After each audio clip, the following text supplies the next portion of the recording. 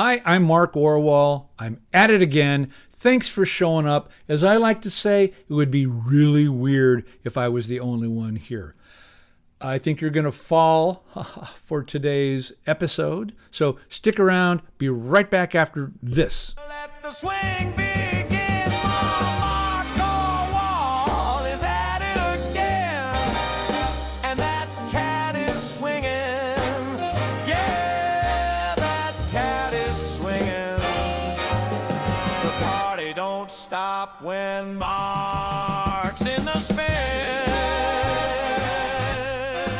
My wife Kathy didn't want me to go on an 1,100-mile drive across Africa because, correctly, she said I would do something stupid and die. Except, aha! I didn't die. Take that. I just nearly died. Or at least, I thought I would.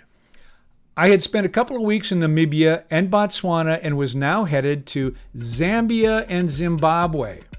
I had already encountered a pair of black rhinos and two brother lions within a ridiculous 10 feet, none of whom were happy to see me. I had been fake charged by an elephant and nearly snapped in two by an angry hippo on the Okavango River. Unlike cats, travel writers don't have 9 lives. We only have 8. Since I still had several left, I figured, what the hell? I'll go see what damage I can do in Zim and Zam. I threw my duffel into an ultra-sweet thatch-roofed chalet at the Waterbury Lodge on the Zambezi River and planned my next adventures. There would be a helicopter flight over Victoria Falls, a crazy jet boat ride up the Zambezi, and most terrifying of all, the border crossing into Zimbabwe, a cash-only hellhole with surging crowds and baboons raiding the surrounding maize fields. Fitting snugly somewhere in that itinerary was a side trip to the Devil's Pool. Around 11 the next morning, just after breakfast, I was introduced to Webi Sitwaloa, a member of the Lozi tribe, who would drive me to the Devil's Pool launch point. As we drove, I noticed Webby was looking at me sideways. "You sure about this?" he asked. The only creature that survived a fall over Victoria Falls was a baby crocodile. What? That's just so specific. How do they know? And who's keeping track of these things? Is there a death chart? November 1, 1974. We lost another tourist today. Went right over the edge. Pow! Definitely dead, as opposed to that baby crocodile who somehow survived. He had plenty of time, so we stopped for lunch on the patio of the Waterfront Restaurant in Livingston. I ordered a Castle Lager, finest African beer, and a crocodile pizza. Now I had the luxury of wondering what in the hell I was doing. Victoria Falls, a UNESCO World Heritage Site, is one of the 7 natural wonders of the world and the only one in Africa. Called Mosi Oatunya, or the smoke that thunders in the local language, the spray from the falls is visible up to 30 miles away. Dr. David Livingstone Cursim was the first white man to have sighted the falls in 1859. At its deepest point, Victoria Falls is 351 feet high, more than double the height of Niagara Falls. Based on its width, water volume, and height, Victoria Falls is arguably the largest waterfall in the world. Activities at the falls include kayaking, abseiling, bungee jumping, microlight flights, jet boating in the gorges, and balancing on the edge of the falls while courting certain doom.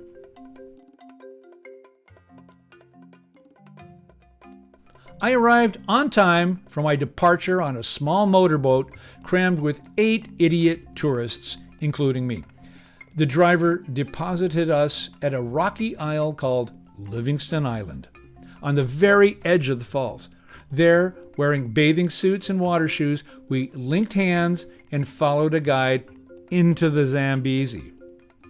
A tiny young woman, Sophie, from Scotland, clasped desperately to my wrist. "I don't want to do this," she said, nearly sobbing. "Don't let go." We waded chest high against the current. That was a crappy Scottish accent, I know. Anyway, we waded chest high against the current for perhaps 20 yards until we reached an outcrop.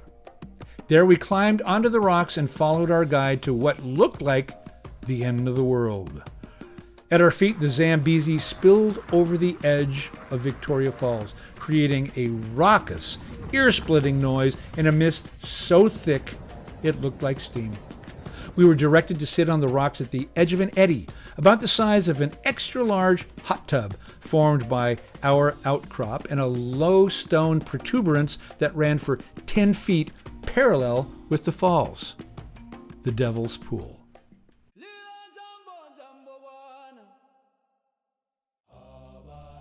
Travelers who come here chicken out all the time.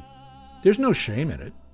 A swim in the Devil's Pool means standing within 12 inches of the big sleep, while goggling into the abyss 3 football fields below. One of our 2 guides scanned our group, then locked his eyes with mine. He motioned for me to jump into the pool and swim in his direction. As I hopped into the water, I thought it might be the last conscious moment of my life. I was surprised to find the river's current strong enough, even in this somewhat shielded corner, to carry me involuntarily to the outer edge, where the wall of rock barely below the surface prevented me from spilling over the rim and into the depths beyond. "Now lie on top of the rock," said the guide. "Get as close to the edge as you can, close enough so that you can see the bottom of the falls. I'll hold your feet." Cautiously, I did a plank over the ledge, my head extending outward over the edge.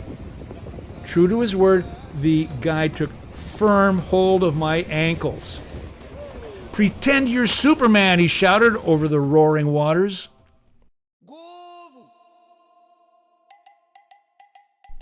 Afterward, I was able to propel myself out of the pool without trouble.